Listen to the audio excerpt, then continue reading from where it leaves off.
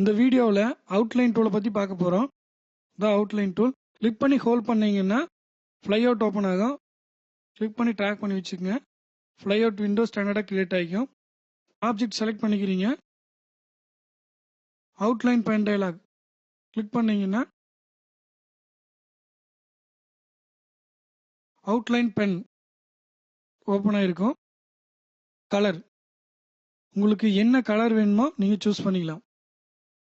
அந்த அவுட்லைனோட திக்னஸ் உங்களுக்கு என்ன திக்னஸ் வேணும் அப்படிங்கிறத நீங்கள் இங்கே சூஸ் பண்ணிக்கலாம். அடுத்து யூனிட்ஸ் உங்களுக்கு என்ன யூனிட்ஸில் வேணும், அதாவது இன்ச்சஸில் வேணுமா, எம்எம்ல வேணுமா, அல்லது சென்டிமீட்டரில் வேணுமா, இல்லை பாயிண்ட்ஸில் வேணுமா அப்படிங்கிறத நீங்கள் சூஸ் பண்ணிக்க முடியும். அடுத்து ஸ்டைல், இந்த லைன் வரைஞ்சிருக்கீங்க இல்லையா, அது ஸ்ட்ரெயிட் லைனாக வரணுமா இல்லை டாட் டாட்டாக வரணுமா அப்படிங்கிறது டிஃபால்ட்டாக நிறைய கிரியேட் பண்ணி வச்சுருக்காங்க, நம்ம யூஸ் பண்ணிக்க முடியும். அடுத்து கார்னர்ஸ் லைன் கர்வ்ஸ், அதாவது கார்னர்ஸ் லைன் கர்வ்ஸ் இப்போ ஃபர்ஸ்ட் இது செலக்ட் பண்ணியிருந்தீங்கன்னா அந்த கார்னர் எட்ஜ் இந்த எட்ஜ் இருக்கு இல்லைங்களா, அது ஷார்ப்பாக இருக்கும். அடுத்து ரெண்டாவது செலக்ட் பண்ணீங்கன்னா அந்த எட்ஜ் ரவுண்டாக இருக்கும். ஓகே கொடுக்குறீங்க. இப்போ பார்த்தீங்கன்னா அந்த எட்ஜ் ரவுண்டாக இருக்கு. அது அடுத்து செலக்ட் பண்ணீங்கன்னா அதோட எட்ஜ் தப்பட்டையாக வர மாதிரி வரும். செலக்ட் பண்ணிக்கிங்க. ஓகே, பார்த்தீங்கன்னா எட்ஜ் மாறி இருக்கு.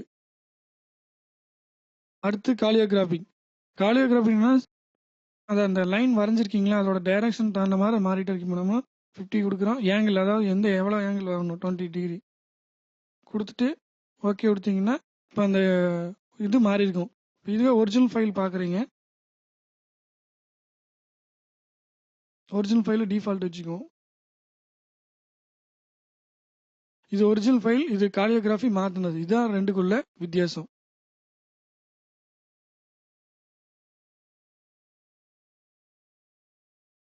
அடுத்து ஸ்கேல் வித் இமேஜ்.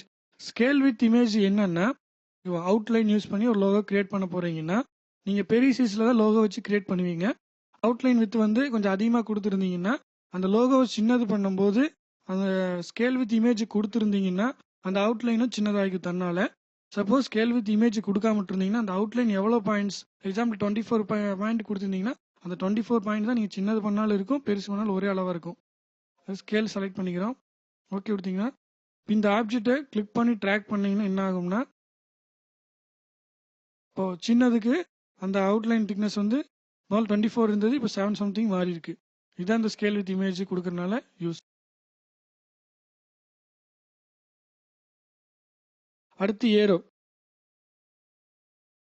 இப்போ ஏரோவில் என்னன்னா ஸ்டார்டிங் பாயிண்ட், எண்டிங் பாயிண்ட், அதில் ஏரோ சிம்பிள் ஏதாவது கொடுக்கணும்னா நீங்கள் கொடுத்துக்கலாம்.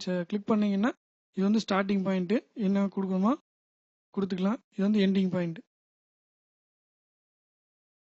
கொடுத்துக்கலாம். இது கொடுக்குறீங்கன்னா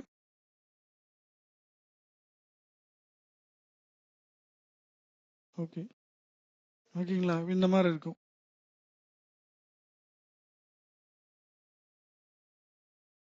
ஏரோ டிஃபால்ட்டாக இல்லாமல் நீங்கள் புதுசாகவும் கிரியேட் பண்ணிக்க முடியும். இப்போ நீங்கள் ஏதாச்சும் ஒரு சிம்பிள் கிரியேட் பண்ணுறீங்க, டிராயிங் கிரியேட் பண்ணுறீங்க, அந்த சிம்பிள் உங்களுக்கு ஏரோவில் வரணும்னா இங்கே நீங்கள் ஸ்டோர் பண்ணி வச்சுக்க முடியும்.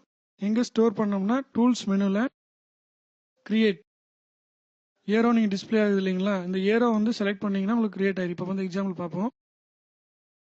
இப்போ இந்த சிம்பிள் நீங்கள் கிரியேட் பண்ணியிருக்கீங்க, இந்த சிம்பிள் எனக்கு வரணும்னு நீங்கள் நினச்சிங்கன்னா ஜஸ்ட் சிம்பிள் செலக்ட் பண்ணிக்கிட்டு டூல்ஸ் மெனுவில் கிரியேட் ஏரோ செலக்ட் பண்ணிங்கன்னா create arrow with select object okay press பண்ணிங்கன்னா அந்த ஆப்ஜெக்ட் ஏரோவை கன்வெர்ட் ஆகிக்கும். அவுட்லைன் செலக்ட் பண்ணிக்கிறீங்க. பென் டயலாக் செலக்ட் பண்ணிவிட்டு ஏரோவில் பார்த்தீங்கன்னா கடைசியில் கிரியேட் ஆகிருக்கும். இங்கே கிரியேட் ஆகிருக்கு.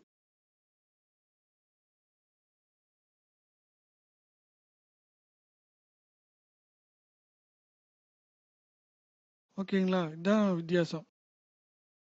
அடுத்து அவுட்லைன் கலர் டயலாக் கிளிக் பண்ணிங்கன்னா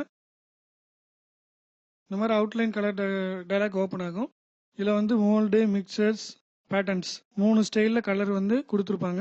நம்ம எந்த ஸ்டைல் வேணாலும் நம்ம சூஸ் பண்ணி ஒர்க் பண்ணிக்கலாம். ஓகே கொடுத்தீங்கன்னா கலர் மாறிக்கும். அடுத்து நோ அவுட்லைன். இந்த நோ அவுட்லைன் கிளிக் பண்ணிங்கன்னா அவுட்லைன் ஒன்றுமே நன்னில் இருக்கும்.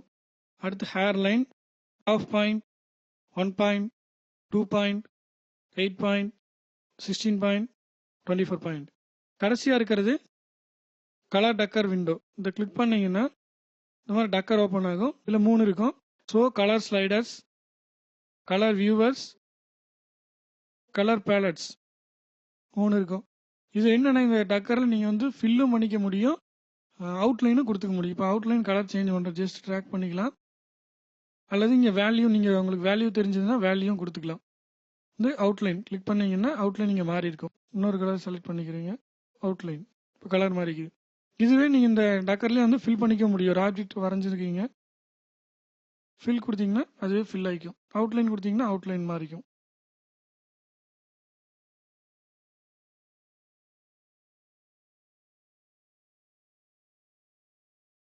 ஓகே, அவுட்லைன் ஃப்ளை அவுட் வந்து கம்ப்ளீட்.